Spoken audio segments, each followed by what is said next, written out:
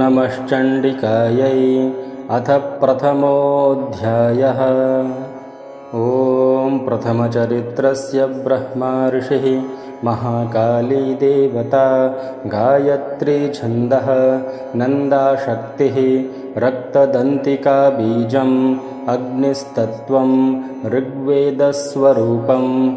श्रीमहाकाली प्रीत्यर्थे प्रथमचरित्रजपे विनियोगः।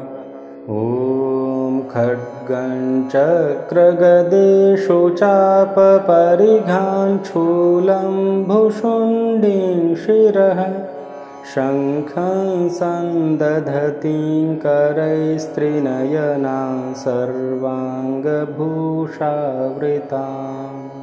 नीलाश्मद्युतिमास्य पाददशकां सेवे महाकालिकाम्, यामस्तौत्स्वपिते हरौ कमलजो हन्तुं मधुं कैटभम्। ॐ नमश्चण्डिकायै। ॐ ऐं मार्कण्डेय उवाच। सावर्णिः सूर्यतनयो यो मनुकथ्यतेष्टमः, निशामय तदुत्पत्तिं विस्तराद्गदतो मम।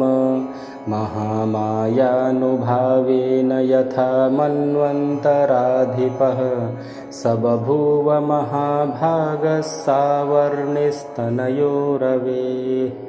स्वारोचिषेन्तरे पूर्वं चैत्रवंशसमुद्भवः, सुरथो नाम राजाभूत् समस्ते क्षितिमण्डले। तस्य पालयतः सम्यक् प्रजाः पुत्राणि वौरसान्, बभूवुः शत्रवो भूपाक्कोलाविध्वंसिनस्तदा। तस्य तैरभवद्युद्धमतिप्रबलदण्डिनः, न्यूनैरपि शतैर्युद्धे कोलाविध्वंसिभिर्जितः। ततः स्वपुरमायातो निजदेशाधिपोऽभवत्, आक्रान्तः स महाभागस्तैस्तदा प्रबलारिभिः। अमात्यैर्बलिभिर्दुष्टैर्दुर्बलस्य दुरात्मभिः, कोशो बलं चापहृतं तत्रापि स्वपुरे ततः। ततो मृगया व्याजेन हृतः स्वाम्यः स भूपतिः, एकाकी हयमारुह्य जगाम गहनं वनम्। स तत्राश्रममद्राक्षे द्विजवर्यस्य मेधसः, प्रशान्तश्वापदाकीर्णं मुनिशिष्योपशोभितम्। तस्थौ कञ्चित् सकालं च मुनिना तेन सत्कृतः, इतश्चेतश्च विचरंस्तस्मिन् मुनिवराश्रमे। सोचिन्तयत्तदा तत्र ममत्वाकृष्टचेतनः, मत्पूर्वैः पालितं पूर्वं मया हीनं पुरं हि तत्। मद्भृत्यैस्तैरसद्वृत्तैर्धर्मतः पाल्यते न वा, न जाने स प्रधानो मे शूरहस्ती सदा मदः। मम वैरिवशं यातः कान् भोगानुपलप्स्यते, ये ममानुगता नित्यं प्रसादधनभोजनैः। अनुवृत्तिं ध्रुवन्तेद्य कुर्वन्त्यन्यमहीभृताम्, असम्यग्व्ययशीलैस्तैः कुर्वद्भिः सततं व्ययम्। सञ्चितः सोऽति दुःखेन क्षयं कोशो गमिष्यति, एतच्चान्यच्च सततं चिन्तयामास पार्थिवः। तत्र विप्राश्रमाभ्यासे वैश्यमेकं ददर्श सः, सपृष्टस्तेन कस्त्वं भो हेतुश्चागमनेऽत्र कः। सशोक इव कस्मात् त्वं दुर्मना इव लक्ष्यसे, इत्याकर्ण्यवचस्तस्य भूपते प्रणयोदितं। प्रत्युवाच इत्युवाच सतं वैश्यप्रस्रयावनतो नृपं। वैश्य उवाच समाधिर्नाम वैश्योऽहमुत्पन्नो धनिनां कुले। पुत्रदारैर्निरस्तश्च धनलोभादसाधुभिः विहीनश्च धनैर्दारैः पुत्रैरादाय मे धनं। वनमभ्यागतो दुःखी निरस्तश्चाप्तबन्धुभिः सोऽहन्न वेद्मि पुत्राणां कुशलाकुशलात्मिकाम्। प्रवृत्तिं स्वजनानां च दाराणां चात्र संस्थितः किन्नु तेषां गृहे क्षेममक्षेमं किन्नु साम्प्रतं। कथन्ते किन्नु सद्वृत्ता दुर्वृत्ता किन्नु मे सुता। राजोवाच यैर्निरस्तो भवान् लुब्धैः पुत्रदारादिभिर्धनैः तेषु किं भवतः स्नेहमनुबध्नाति मानसं। वैश्य उवाच एवमेतद्यथा प्राह भवानस्मद्गतं वचः। किं करोमि न बध्नाति मम निष्ठुरतां मनः। यैः सन्त्यज्य पितृस्नेहं धनलुब्धैर्निराकृतः पतिस्वजनहार्दं च हार्दितेष्वेव मे मनः। किमेतन्नाभिजानामि जानन्नपि महामते। यत्प्रेमप्रवणं चित्तं विगुणेष्वपि बन्धुषु तेषां कृते मे निःश्वासो दौर्मनस्यं च जायते। करोमि किं यन्न मनस्तेष्वप्रीतिषु निष्ठुरं। मार्कण्डेय उवाच ततस्तौ सहितौ विप्रतं मुनिं समुपस्थितौ। समाधिर्नाम वैश्योऽसौ स च पार्थिवसत्तमः। कृत्वा तु तौ यथा न्यायं यथार्हं तेन संविदम्। उपविष्टौ कथाः काश्चिच्चक्रतुर्वैश्यपार्थिवौ। राजोवाच भगवंस्त्वामहं प्रष्टुमिच्छाम्येकं वदस्व तत्। दुःखाय यन्मे मनसस्वचित्तायत्ततां विना मम त्वं गतराज्यस्य राज्याङ्गेष्वखिलेष्वपि। जानतोऽपि यथाज्ञस्य किमेतन्मुनिसत्तम। अयं च निकृतपुत्रैर्दारैर्भृत्यैस्तथोज्झितः। स्वजनेन च सन्त्यक्तस्तेषु हार्दी तथाप्यति। एवमेष तथाहं च द्वावप्यत्यन्तदुःखितौ। दृष्टदोषेऽपि विषये मम त्वाकृष्टमानसौ। तत्किमेतन्महाभागयन्मोहो ज्ञानिनोरपि। ममास्य च भवत्येषा विवेकान्धस्य मूढता। ऋषिरुवाच ज्ञानमस्ति समस्तस्य जन्तोर्विषयगोचरे। विषयश्च महाभागयाति चैवं पृथक् पृथक्। दिवान्धा प्राणिनः केचिद्रात्रावन्धास्तथा परे। केचिद्दिवा तथा रात्रौ प्राणिनस्तुल्यदृष्टयः।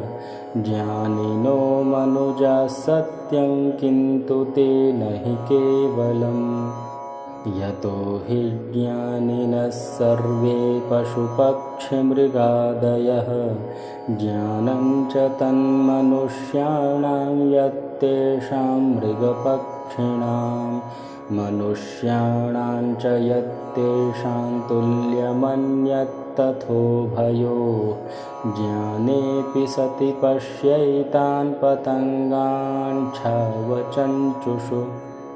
कणमोक्षादृतान् मोहात् पीड्यमानानपि क्षुधा मानुषा मनुजव्याघ्रसाभिलाषास्सुतान् प्रति लोभात् प्रत्युपकाराय नन्वेतान् किन्न पश्यसि तथापि ममतावर्ते मोहगर्ते निपातिता महामायाप्रभावेण संसारस्थितिकारिणा तन्नात्र विस्मयकार्यो योगनिद्रा जगत्पते महामाया हरिश्चैषा तया सम्मोह्यते जगत् ज्ञानिनामपि चेतांसि देवी भगवती हि सा बलादाकृष्य मोहाय महामाया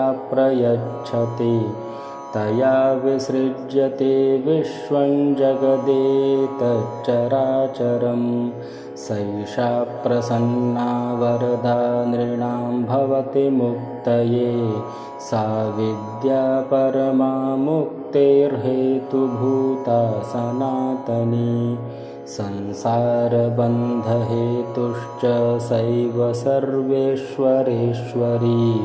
राजोवाच भगवन् काहि सा देवी महामायेति यां भवान् ब्रवीति कथमुत्पन्ना सा कर्मास्याश्च किन्द्विज यत्प्रभावा च सा देवी यत्स्वरूपा यदुद्भवा तत्सर्वं श्रोतुमिच्छामि त्वत्तो ब्रह्मविदाम्बर ऋषिरुवाच नित्यैव सा जगन्मूर्तिस्तया सर्वमिदं ततं तथापि तत्समुत्पत्तिर्बहुधा श्रूयतां मम देवानां कार्यसिद्ध्यर्थमाविर्भवति सा यदा उत्पन्नेति तदा लोके सा नित्याप्यभिधीयते योगनिद्रां यदा विष्णुर्जगत्येकार्णवीकृते आस्तीर्यशेषमभजत्कल्पान्ते भगवान् प्रभुः तदा द्वावसुरौ भूरौ विख्यातौ मधुकैटभौ विष्णुकर्णमलोद्भूतौ हन्तुं ब्रह्माणमुद्यतौ सनाभिकमले विष्णो स्थितो ब्रह्मा प्रजापतिः दृष्ट्वा तावसुरौ चोग्रौ प्रसुप्तं च जनार्दनं तुष्टावयोगनिद्रान्तामेकाग्रहृदयस्थितः विबोधनार्थाय हरेर्हरिनेत्रकृतालयां विश्वेश्वरीं जगद्धात्रीं स्थितिसंहारकारिणीं निद्रां भगवतीं विष्णोरतुलां तेजसः प्रभुः ब्रह्मोवाच त्वं स्वाहा त्वं स्वधा त्वं हि वषट्कारस्वरात्मिका सुधा त्वमक्षरे नित्ये त्रिधा मात्रात्मिका स्थिता अर्धमात्रा स्थिता नित्यायानुच्चार्या विशेषतः त्वमेव सन्ध्या सावित्री त्वं देवी जननी परा त्वयैतद्धार्यते विश्वं त्वयैतत्सृज्यते जगत् त्वयैतत्पाल्यते देवी त्वमत्स्यन्ते च सर्वदा विसृष्टौ सृष्टिरूपा त्वं स्थितिरूपा च पालने तथा संहृतिरूपान्ते जगतोऽस्य जगन्मये महाविद्या महामाया महामेधा महास्मृतिः महामोहा च भवती महादेवी महासुरी प्रकृतिस्त्वं च सर्वस्य गुणत्रयविभाविनी कालरात्रिर्महारात्रिर्मोहरात्रिश्च दारुणा त्वं श्रीस्त्वमीश्वरी त्वं ह्रीस्त्वं बुद्धिर्बोधलक्षणा लज्जा पुष्टिस्तथा तुष्टिस्त्वं शान्तिक्षान्तिरेव च खड्गिनी शूलिनी घोरा गदिनी चक्रिणी तथा शङ्खिनी चापिनी बाणभुषुण्डी परिघायुधा सौम्या सौम्यतरा शेष सौम्येभ्यस्त्वतिसुन्दरी परापराणां परमा त्वमेव परमेश्वरी यच्च किञ्चित् क्वचिद्वस्तु सदसद्वाखिलात्मिके तस्य सर्वस्य या शक्तिः सा त्वं किं स्तूयसे तदा यया त्वया जगत्स्रष्टा जगत्पात्यत्ति यो जगत् सोऽपि निद्रावशन्नीतः कस्त्वां स्तोतुमिहेश्वरः विष्णुः शरीरग्रहणमहमीशान एव च कारितास्ते यतोतस्त्वां कस्तोतुं शक्तिमान् भवेत् सा त्वमित्थं प्रभावैश्वैरुदारैर्देवी संस्तुता मोहयैतौ दुराधर्षा वसुरौ मधुकैटभौ प्रबोधं च जगत्स्वामी नीयतामच्युतो लघु बोधश्च क्रियतामस्य हन्तुमेतौ महासुरौ ऋषिरुवाच एवं स्तुता तदा देवी तामसी तत्र वेधसा विष्णुप्रबोधनार्थाय निहन्तुं मधुकैटभौ नेत्रास्य नासिका बाहुहृदयेभ्यस्तथोरसः निर्गम्य दर्शने तस्थौ ब्रह्मणो व्यक्तजन्मनः उत्तस्थौ च जगन्नाथस्तया मुक्तो जनार्दनः एकार्णवे हि शयनात् ततः सददृशे च तौ मधुकैटभौ दुरात्मानावतिवीर्यपराक्रमौ क्रोधरक्ते क्षणावत्तुं ब्रह्माणं जनितोद्यमौ समुत्थाय ततस्ताभ्यां युयुधे भगवान् हरिः पञ्चवर्षसहस्राणि बाहुप्रहरणो विभुः तावप्यतिबलोन्मत्तौ महामाया विमोहितौ उक्तवन्तौ वरोस्मत्तो व्रियतामिति केशवं श्रीभगवानुवाच भवेतामद्य मे तुष्टौ मम वध्यावुभावपि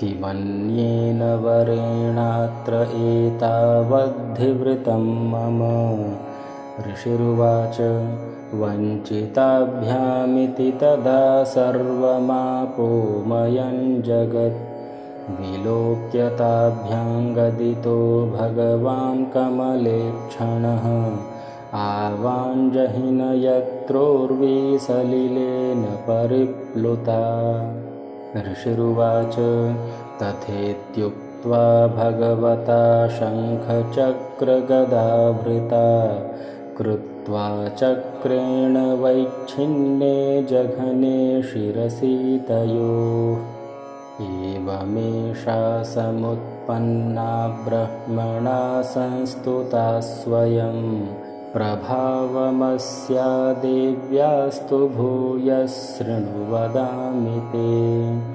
ऐं ॐ श्रीमार्कण्डेयपुराणे सावर्णिके मन्वन्तरे देवी माहात्म्ये प्रथमश्रीदुर्गार्पणमस्तु।